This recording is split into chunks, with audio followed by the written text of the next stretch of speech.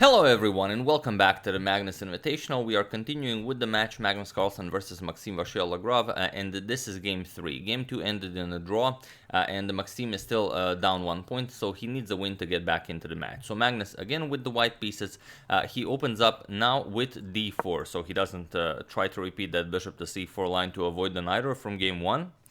We have d5 by Maxime, not going for his Grunfeld. He is now obviously a Slav man. We have c4 and c6. The Slav defense is on the board. We have e3 and knight to f6. We have knight to c3 and again bishop to f5. This time a bit different, as in that game, Armageddon game against Ding, Ding had this knight out, not this one. So it is a bit different, but okay, knight to f3 and now e6 again, closing the position now that the bishop has been developed, and Magnus immediately goes after the bishop, which is the most popular way it is played nowadays. So bishop to e4, we have f3, kicking the bishop back, bishop to g6, and now bishop to d2.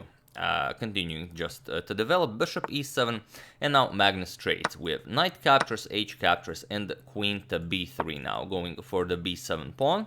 Queen to c7 defending by Maxime, and here a queenside castle by Magnus. We have d captures on c4, bishop captures, and b5 now, starting to expand on the queen side, bishop back to e2 and a6 now.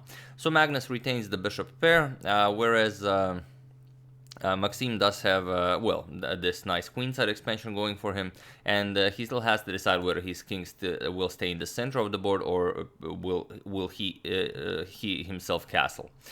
So knight to e4 by Magnus, again putting some pressure on the knight here.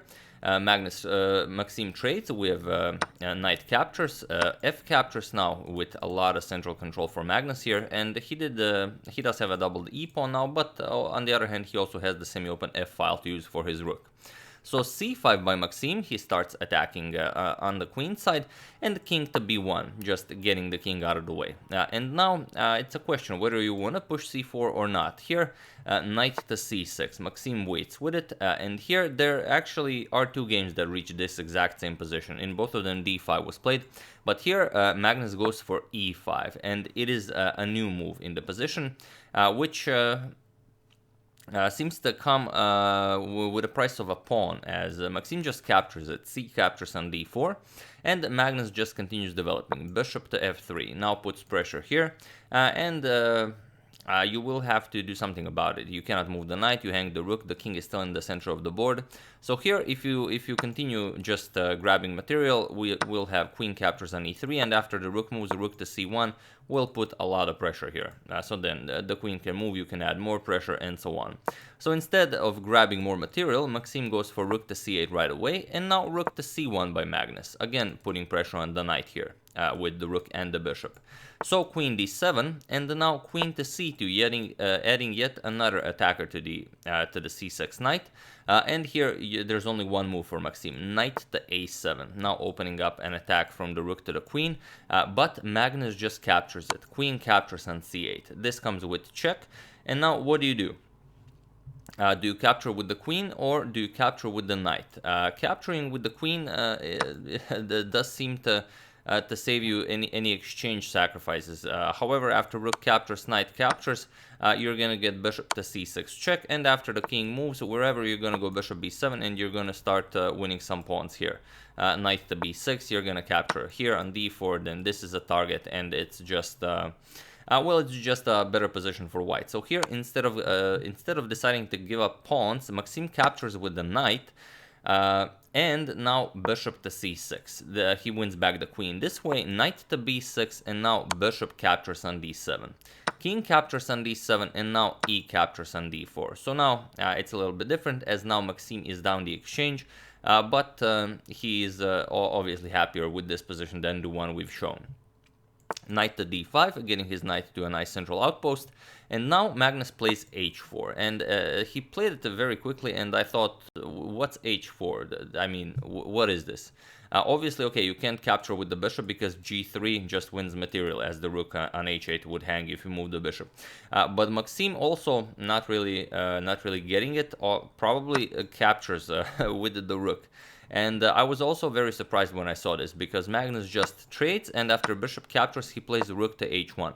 probably with the idea that if bishop moves, you're just gonna go after the pawn this way, or maybe you want to infiltrate and get to the queen side this way.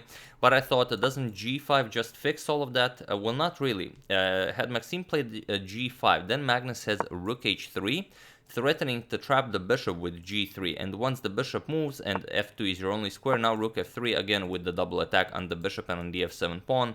So once you capture on d4, then comes rook captures on f7, you lose this, and it's just a capture fest.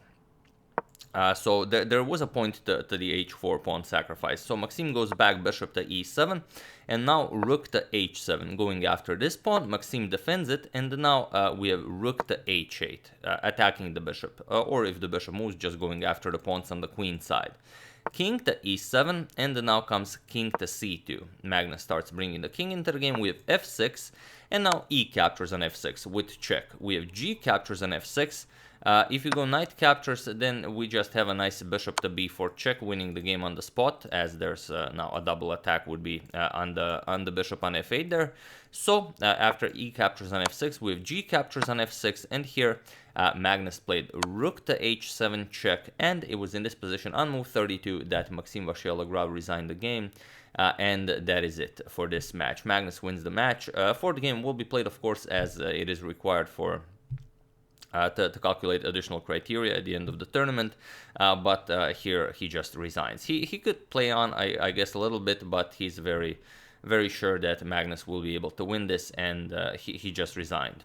So the thing is, after the king moves, for example, king d6, you're gonna go after these pawns, and let's not forget, you're still up the exchange. Yes, you're down a pawn, but you will start winning them back.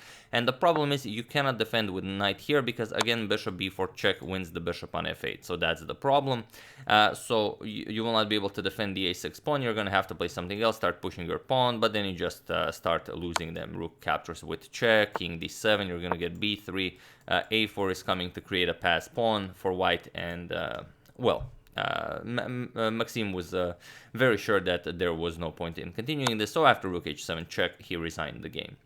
So really impressive stuff. Again, seemingly effortless by Magnus, just destroying the Slav defense and finding that tricky after knight a7 queen captures on c8 idea. And I don't know why Maxime decided that it would be maybe better to play this and exchange down rather than give up a pawn, but he is the expert, so probably he knew that the positions that would come up from that line would just be too easy for Magnus to play. But yeah, really exciting stuff. That's game 3. I do hope you enjoyed it. I would like to thank Frank Truslow, Seth Rivers, Paul R. Hansen, Antonio Vecchio, and Robert Voigtlanda for your contribution to my channel. Thank you a lot. I really appreciate it. As usual, you can check 2 of my previous videos here. Thank you all for watching, and I will see you soon, continuing the coverage of the Magnus Invitational until it finishes. So thank you all. I will see you soon, and have an excellent rest of your day, and do join the tournaments that are in the description below. So thank you all, I will see you soon, and like I said, have an excellent rest of your day.